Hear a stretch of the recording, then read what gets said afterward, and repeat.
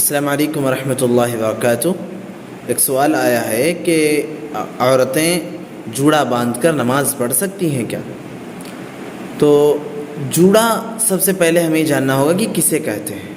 بالوں کو اکٹھا کر کے باندھنے کو جوڑا کہتے ہیں، اور اس کی مختلف شکلیں ہوتی ہیں۔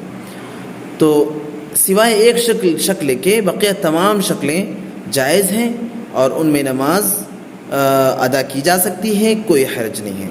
وہ شکل جو جائز نہیں ہے اسے پف بھی کہتے ہیں، یعنی بالوں کو اکٹھا کر کے اس طریقے سے اپنے سر کے اوپر کرنا یا سر کے اوپر باندھنا کہ وہ ابھرا ہوا نظر آئے۔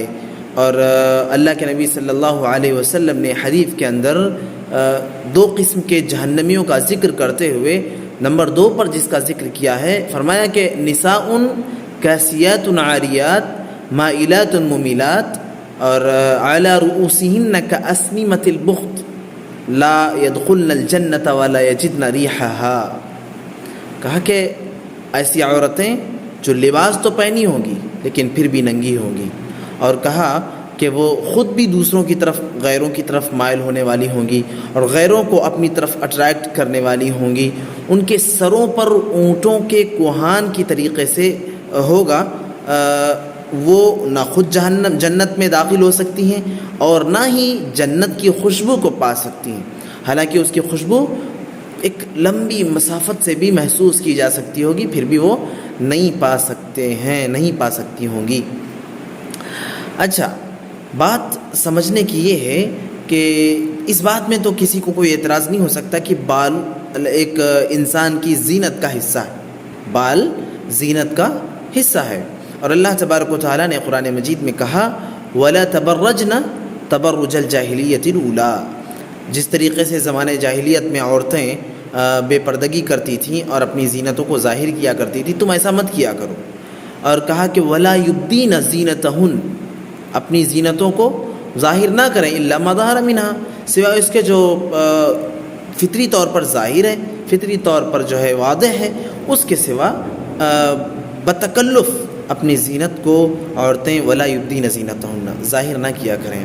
اور پیروں کو پٹک پٹک کر چلنے سے منع کرتے ہوئے کہا کہ ولا یضربن بارجلہن لیعلم ما یخفین من زینتہن، کہ اپنے پیروں کو مارتے ہوئے نہ چلیں کہ ان کی زینتیں، جو ان کی پوشیدہ زینتیں ظاہر ہو جائیں۔ اب بال ایک زینت ہے، اور لمبے بالوں کا ہونا اور یہ ساری زینتوں میں شامل ہوتی ہیں۔ اب ایک خاتون وہ یا تو روپٹہ کے بغیر، دوپٹے کے بغیر رہے تو وہ بھی بے پردگی کر رہی ہے، اور وہ بھی جو ہے اپنے بالوں کی نمائش کرتے ہوئے اسی ضمن میں آ رہی ہے کہ ولا تبرجن تبرج الجاہلیۃ الاولیٰ ولا یبدین زینتہن ولا یضربن بارجلہن لیعلم ما یخفین من زینتہن۔ تو ان آیتوں کی مخالفت کرنے والی ہو رہی ہے وہ، جبکہ وہ دوپٹے کے بغیر رہتی ہے، کیونکہ دوپٹہ بالوں کو ڈھکتا ہے اور بال یہ زینت ہیں اور زینت کو چھپانے کا حکم ہے۔ ایک عورت وہ دوپٹہ تو پہن رہی ہے، دوپٹہ اوڑھ رہی ہے، لیکن بالوں کو وہ جو ہے باندھ کر اپنے سر کے اوپر ایسی شکل میں رکھتی ہے کہ اس پر جو ہے دوپٹہ پڑا رہے تب بھی نظر آتے ہیں بال، ان کا جو ہے ایک اس کی ایک شکل، یعنی پورے بال اکٹھا سر کے اوپر رکھے ہوئے نظر آتے ہیں۔ تو یہ بھی ایک بدترین شکل ہے اور ممنوع شکل ہے۔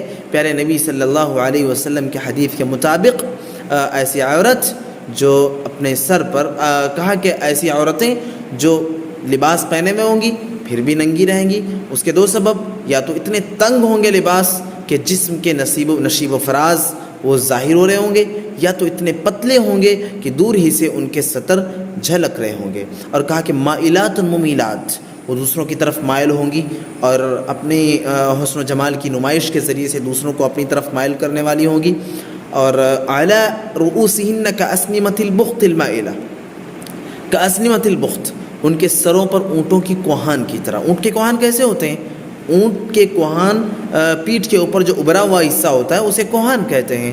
تو اپنے سروں پر جب خواتین بالوں کو اکٹھا کر کے باندھتی ہیں تو وہی شکل بن جاتی ہے جو کہ ممنوع شکل ہے۔ ایسی عورتیں جنت میں داخل بھی نہیں ہوں گی، اور جنت کی جو خوشبو جو دور دور مسافت سے محسوس کی جائے گی اسے بھی نہیں پا سکیں گی۔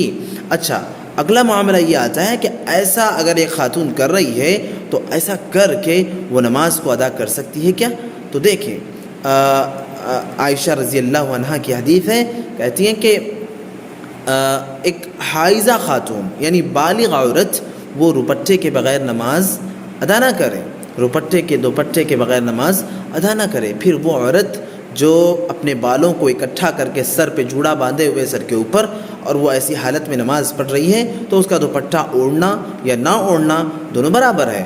تو جب دونوں برابر ہے، اوڑھنا یا نہ اوڑھنا دونوں برابر ہے، مطلب ہے کہ وہ نہیں اوڑھے ہوئے، دوپٹہ نہیں اوڑھے ہوئے جیسے ہی ہے، تو پھر نماز ایسی صورت میں کیسے درست ہو سکتی ہے؟ مجھے امید ہے کہ آج کا میرا یہ پیغام واضح رہا، اور اگر آپ سب کو اچھا لگا ہو تو آپ میری اس ویڈیو کو لائک کیجئے، شیئر کیجئے اور چینل کو سبسکرائب کیجئے۔ السلام علیکم ورحمۃ اللہ وبرکاتہ۔